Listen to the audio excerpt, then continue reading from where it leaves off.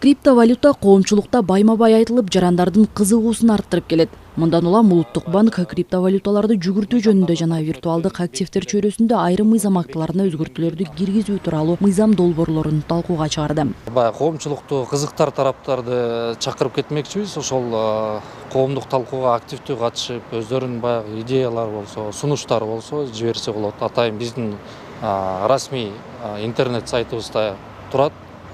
Талкууда ошол жактан таанышып, окуп чыгып, сунуштар болсо Улуттук банктын адресине жөнөтсө болот.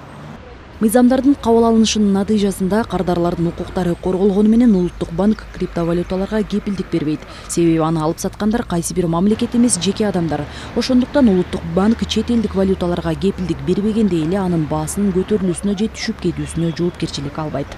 Улуттук банк бир нече жылдан бери жарандарга баягы эскертүү менен кайрылып келе жатат. Бул криптовалюта өтө туруксуз актив.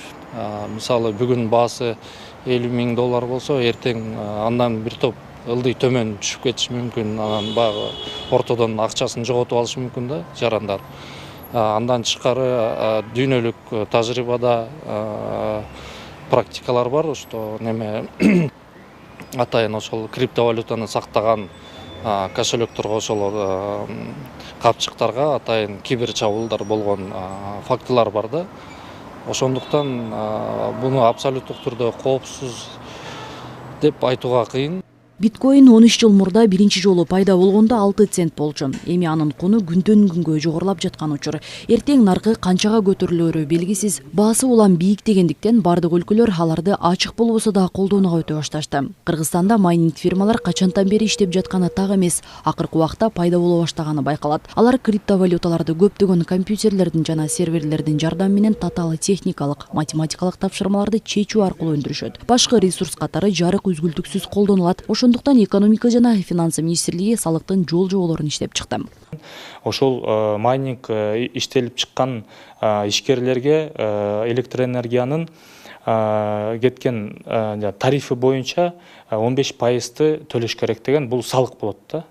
Эми ошондо канча төлөш керек деген маселе боюнча азыр силер билесиңер, электроэнергия тарифи жанагы өнөр жай иштеген ишкерлерге 2 сом 24 тыйын бир жана киловаттына. Ошондуктан майнингке булар жанакы көтөрүлчү коэффициент коюлган 1,3 деген. Ошондо майнингке тарифы мындай сомго алып келгенде бир 2 сом 91 тыйындай болуп калат да. Ошондо өлкөдөгү майнинг фирмалар электроэнергияга канча каражат төлөшсө, ошонун 15%-ын өзүнчө салык катары мамлекетке төгүшөт. Өкмөт ушундай жол аркылуу майнингди мыйзамдаштырмакчы. Буга чейин криптовалюталарды алмаштырган операторлор эч кайсы жерге катталбастан иш алып барышчу. Эгер мыйзамдар башка мекемелер менен макулдашылып, жогорку кеңешке жиберилип кабыл алынып калса, алар Улуттук банкка катталып лицензия алышат. Мыйзамдуу ишмердүүлүк жүргүзгөн операторлор кайсы бир убакытта канча криптовалюта сатылды, канча киши алды, канча транзакция жасалганы боюнча Улуттук банкка маалымат берип турушат. Бирок бир шарт бар. Атылган чөйрөнүн адистери криптовалютаны сатып алууга канча акча салба, билимиң болбосо бекер экенин белгилешүүдө. Эгер биткоин эмнеге керектигин кантип иштетүүнү билбеген соң, дээрлик 100% салынган акчаны жоготуп алуу коркунучу чоң. Большие риски. Чоң коркунуч бар. Балким биткоиндин азыркы куну баанын туу чокусудур. Андан кийин дароо ылдыйлаттыр. Бирок криптовалютаны иштетүүдө башка ыкмалары бар. Bitsi-Down сыяктуу инструмент болот. Эгер биткоин түшүп баштаса, трейдерге плюс болот. Башкача айтканда, криптовалютанын куну түшүп кетсе да, жогоруласа киреше табуу мүмкүн. Ошондуктан билим керек. Ансыз ага аралашпаган дурус. Биринчи кезекте криптовалютанын кандай түрлөрү бар экендигинен кабардар болуш керек. Ошондой эле эмиссия деген эмне экенин билүү зарыл. Без знаний в криптовалюту не стоит входить.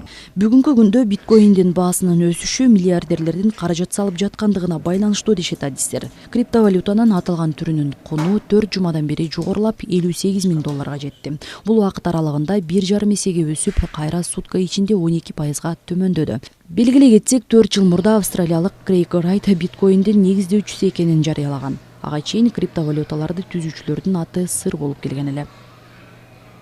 IPD Самат кызы, Алтынбек Саакиев, Нью ТВ.